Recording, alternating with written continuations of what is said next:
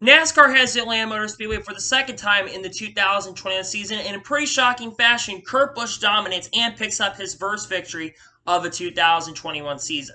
What's going on, guys? It's Daniel, and welcome back to the video. I just got done watching the Quaker State 400 from Atlanta Motor Speedway, and I have to say that today's race was much better than the spring race, and it was a very solid race overall. Now, before this is also the last time we will be running on this configuration as well, as you're not only going to be repaving Atlanta Motor Speedway, but they're also going to be reconfiguring the track as well. We'll talk more about how the track kind of had issues today as well.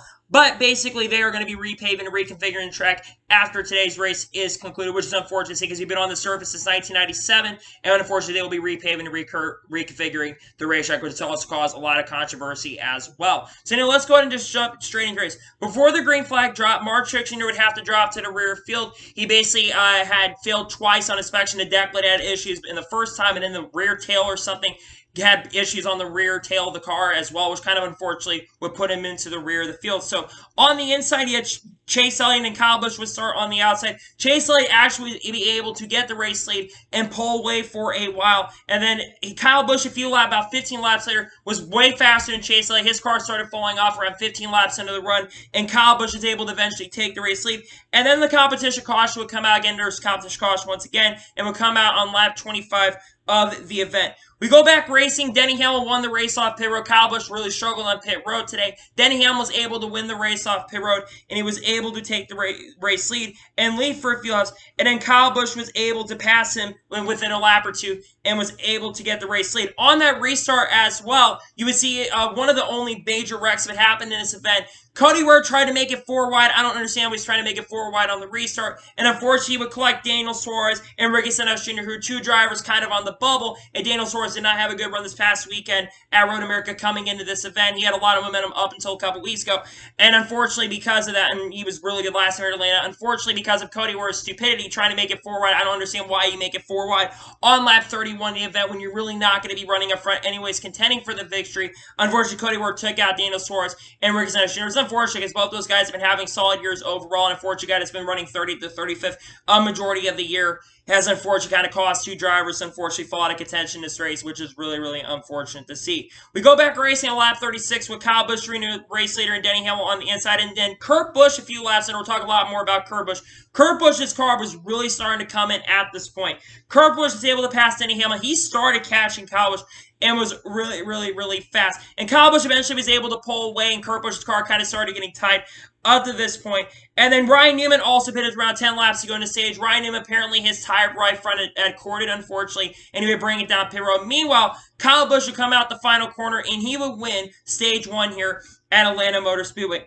We would go back racing on lap 87. Actually, at this point, Kurt Busch won the race off of pit road. Surprisingly, Kurt Busch's team was really on point in this race off pit road and win the race off pit road. Kyle Busch would lose quite a few positions of the ball. And we'd also see a very dangerous incident happen on pit road at this point as well. Chase Elliott had clipped Cole Custer's crew member as well. His crew member was absolutely right. He just got back working on it. He was absolutely all right.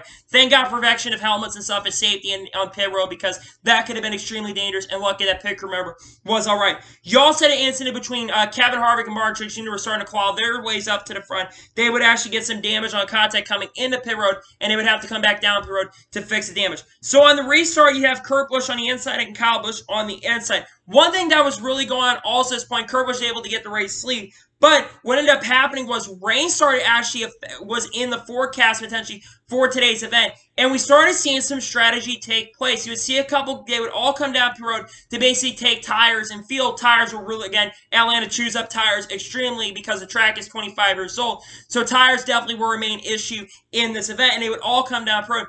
But you had two guys basically that decided to say, also at the time you had Joey Logano come down pit road early for a vibration, unfortunately. But a lot of drivers decided to come down pit road.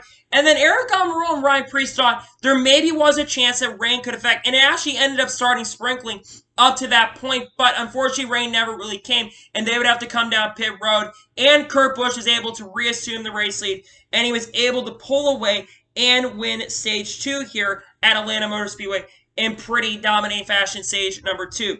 We go back racing a lot. We would actually have an incident take place on the track. Basically, the track, like I said, has been needing repair, and like I said, they are repaving it. Basically, the track started coming apart with around 93 to go, and NASCAR basically decided they were going to stop the cars on the track and basically take some time to repair the track, some caulking stuff, and fix the track's issues that was happening at the time. And then they basically stopped them on the track, kept the basically brought some water and stuff to make sure everyone was alright since it was really, really warm out on the racetrack. They eventually got the track repaired. They basically had the safety vehicles sit over the area to make sure it was alright. And then we went back racing with Kurt Busch on the inside and Kyle Busch on the outside of the restart. And Alex Bowman got a really good restart. He's able to pass Kyle Busch, but then Kyle Busch's car really started coming in later in the run, and he was able to pass Alex Bowman and get up to second up to that point. We would then see the final green flag pit stops happen at the time with Kurt. A lot of drivers came in early, and then the leaders like Kurt Busch and Kyle Busch, they started coming down the road. Meanwhile, Kyle Larson, his car really wasn't as great today as it had been the last time we heard Atlanta Motor Speedway. He unfortunately would get a speeding penalty, and unfortunately because of that is to take him out of contention in this race and go for potentially getting maybe a top 5 or even a top 3 finish in this race. They're basically finishing outside the top 10 in the race. So it was really, really unfortunate to see, but it really was his fault. So we would see basically Kyle Busch pitted a lap early under Kurt Busch. Because of that, Kyle Busch had a 1.4 second advantage, and he was able to take the race lead. But Kurt Busch, with one lap sooner fresh tires, he really started reeling in Kyle. And in my opinion, Kurt Busch overall had a better car than Kyle Busch pretty much the entire race. So he really started reeling in Kyle Busch.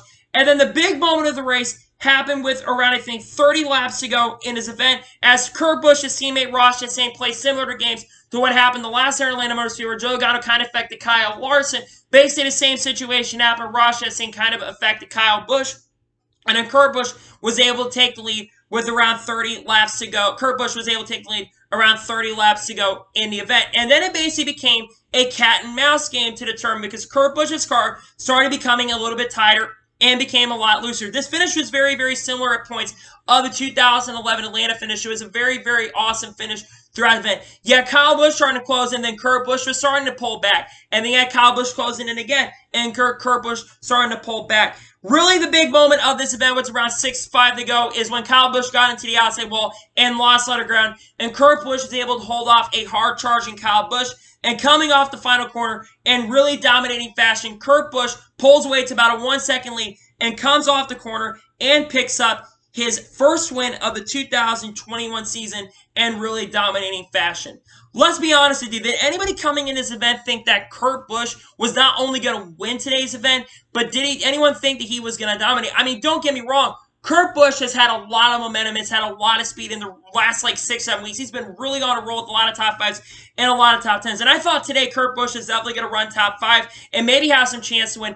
I did not think Kurt Busch was going to dominate. I don't remember the last time Kurt Busch dominated a race like this. Maybe 2016 Pocono when he won. Maybe 2017 Daytona 500. Maybe 2018 Bristol last when he kind of hurt. Because the last couple times, 2019 Kentucky, he was up front in a lot of them, but he didn't have the dominant car. And last year Vegas, he got really lucky because of strategy. But this time, no. He had the best car all day, in my opinion. And it's great to see that, considering this might also be the last time we see Chip Ganassi win. It's great to see that also that Chip Ganassi, and this is also the first time that a non-Hendrick car that's a Chevy team was able to win today. I believe this is now Chevy's 11th win of the 2021 season, and it's really awesome to see Kurt Busch win. And let me just say, Kurt Busch is one of the most underrated NASCAR drivers of all time, and he's tied Fireball Robertson. The fact now that we could see Kurt Busch do what he did today was really, really awesome to see. I'm definitely rooting for Kurt Busch, and I'm really happy to see that Kurt Busch goes back to victory lane. And Kurt said he wants to come back next year, so this is probably will not be the last time we'll see Kurt Busch out at this track.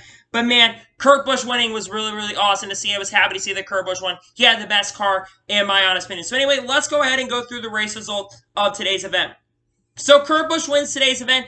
Kyle Busch finished second. Kyle Busch is really, honestly, the best driver, that most closest competitor to Kurt Busch most of the day. He had really one of the best cars throughout the event, but unfortunately, Kurt Busch got around 30 to go. He never had a chance to get back up there. But Kyle Busch's team, that's 18 team, is really starting to put up some championship numbers. They've had 4 straight top 5 finishes. Don't count out this 18 team potentially contending for a championship here, because he's definitely not out of contention.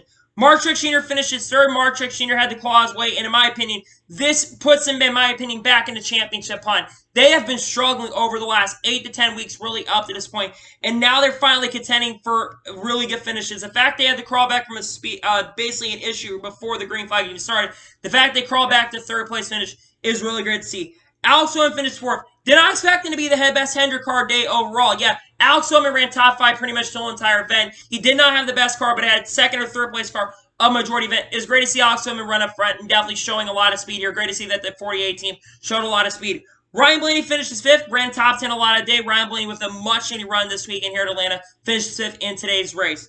Tyler Reddick finished 6th. This is really about the worst that Tyler Reddick ran. He also was another driver like Kurt Busch who needed a fantastic run with the points situation that's going at the moment. He's, I believe, now 97 points to the good with Kurt Busch winning, so really good in position and points right now. And Tyler Reddick with the 6th place run. You'll love to see it. Chase Elliott finished 7th. Chase Elliott had, like I said, had a couple issues in the race, overshot his pit stall, and then had those issues. But he bounced back to a solid top 10 finish. Chase Elliott's never been fantastic here at Atlanta Motor Speedway, let's be honest with ourselves. But a 7th place finish, second best finish for Hendrick today. Cristobal finished safe, another solid top 10 run for him. You'll love to see a solid run for him today. Matt DiBenedetto finished his 9th. Batty D ran around 9th to 12th most of the day, ran top 10 quite a bit. So I think his 21 team starting to turn a corner. They finished really, really well at Road America last week. Hopefully start seeing more good performances from Matty D as we get closer to the playoffs. And Brad Keselowski finished his 10th. Brad K was iffy today. I expected Brad kind of struggle a bit, and he honestly didn't do as bad as I thought he was going to do, but he finished 10th in today's race. Kevin Hart finished 11th. I'll be honest, I expected Kevin Hart to run a hell of a lot better than he did. I mean, Kevin Hart ran a lot of this race outside the top 10. Ran some of it in the top 10 for sure, but he kind of struggled overall, and yeah, really unfortunate to see him not do as good, but he finished 11th in today's race. Austin Dillon finished his 12th solid run for Austin Dillon today. He had a lot of experience running the one car for Junior Motorsports. Denny Hamlin finished his 13th. Denny Hamlin had to battle back from a speeding penalty, but really never got a chance to recover. He still will retain the regular season points lead, which could be really important considering Denny Hamlin, I don't think, has speed overall to win the championship. Those 15 playoff points could really come into play. The fact that Kyle Larson didn't get as good a finish as he could have, and Denny Hamlin finished in 13th, I think he'll be able to hold on. Bubba Wallace finished his 14th, solid top 15 run for this 23-11 racing team. I mean, they ran a lot of this race in the top 10. I really do think 23-11 is really starting to turn the corner as an organization. They got to work on their road courses because they really, really have struggled on the road courses, really besides Sonoma. But other than that, I think they're really starting to get their intermediate program a lot better. They've shown a lot of top 10, top 15s, but I think their goals should be top 15s. Good to see the Bubba Wallace finish 14th in today's race. Chase Briscoe finishing 15th. Chase Briscoe's definitely been getting a lot better as the season has gone. I ran top 15 a lot of the event. Great to see him running 15th. He needs to have more good runs in this like this, and I think him having more experience on the track as well is going to help overall. And he ran the Knoxville truck race as well, which I think, even though it's not the same track as Atlanta, that seat time really helped him this weekend, in my opinion. Chris Buescher finished 16th. Not a bad run for him. Cole Custer finished 17th. Kyle Larson, after a speeding penalty, finished 18th. I expected Kyle Larson to have the car to beat today. I was really surprised that Kyle Larson wasn't even really that great of a car. They got the car better, but then that speeding penalty cost him overall. Hopefully Kyle Larson could turn the season around because he's been kind of on a little bit of a downward trend a little bit, but I think Kyle Larson will get the season turned around. I'm not worried about Larson right now. Joe Logano finishes 19th. William Byron finished 20th. Disappointing run for William Byron, to be honest with you. Expect a little bit more from him. 21st place finisher Ross Chastain. 22nd place finisher Corey LaJoie. Eric Almirola finishes 23rd. 24th place finisher Eric Jones. 25th place finisher Ryan Preece. 26th place finisher Anthony Alfredo. 27th place finisher Michael McDowell. 28th place finisher Ryan Newman. 29th place finish for Justin Healy. 30th place finisher BJ McCall. 31st place finisher Garrett Smithley. 32nd place finisher Bailey Curry. 33rd place finisher Cody Ward. 34th place finisher Josh Blicky. 35th place finisher Cornell. 36th place finish for Daniel Suarez. And finishing last in 37th place is going to be Ricky Stenhouse Jr. So anyway, let's go ahead and rate and score today's event here and talk a little more about the race. So I will say that this is one of the best Atlanta races we've seen in years. Probably the best Atlanta race I've honestly seen since around 2016. I really enjoyed the race, the comers and goers. Yes, this race definitely was dominated, but you had a really awesome finish. A lot of great battles throughout the field, and it was a very, very solid race overall. And it was great to see kind of an underdog upset kind of victory here, but in dominating fashion. It was really great to see someone like Kurt Busch win today. It is a shame that they are repaving and reconfiguring this track. I understand repaving needs to happen. It's a shame that they're reconfiguring this track because I think that the racing would still be solid. I don't think you need to put PJ1 on the track, and they got to repave the track. It's still frustrated they're reconfiguring the track, but I am going to give today's Atlanta race here overall an 8 out of 10. Like I mentioned, I thought today's race was really, really solid. I think the fact that this race was 400 miles instead of 500 miles, I think made this race a lot more intense. I've been saying this for a while. I think that all mile-and-a-half tracks should be 400 miles or less besides the Coca-Cola 600. I think next year, if they go back to Atlanta twice, there's their potential.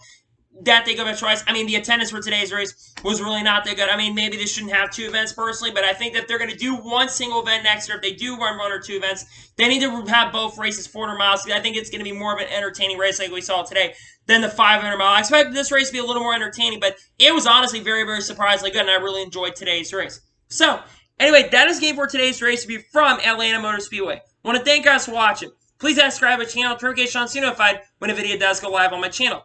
Follow me on Twitter, Facebook, and Instagram. Support page on the link description below for that. And comment below your thoughts on today's race. What are your thoughts on today's race? Let me know in the comments. Let me know your score of today's race in the comments below. And congratulate Kurt Busch on winning his first race of the 2021 season. So anyway, like I said, I want to thank you guys for watching today's video. And I'll see you guys next time with some more great NASCAR and SRX content on the channel. Take care, everybody.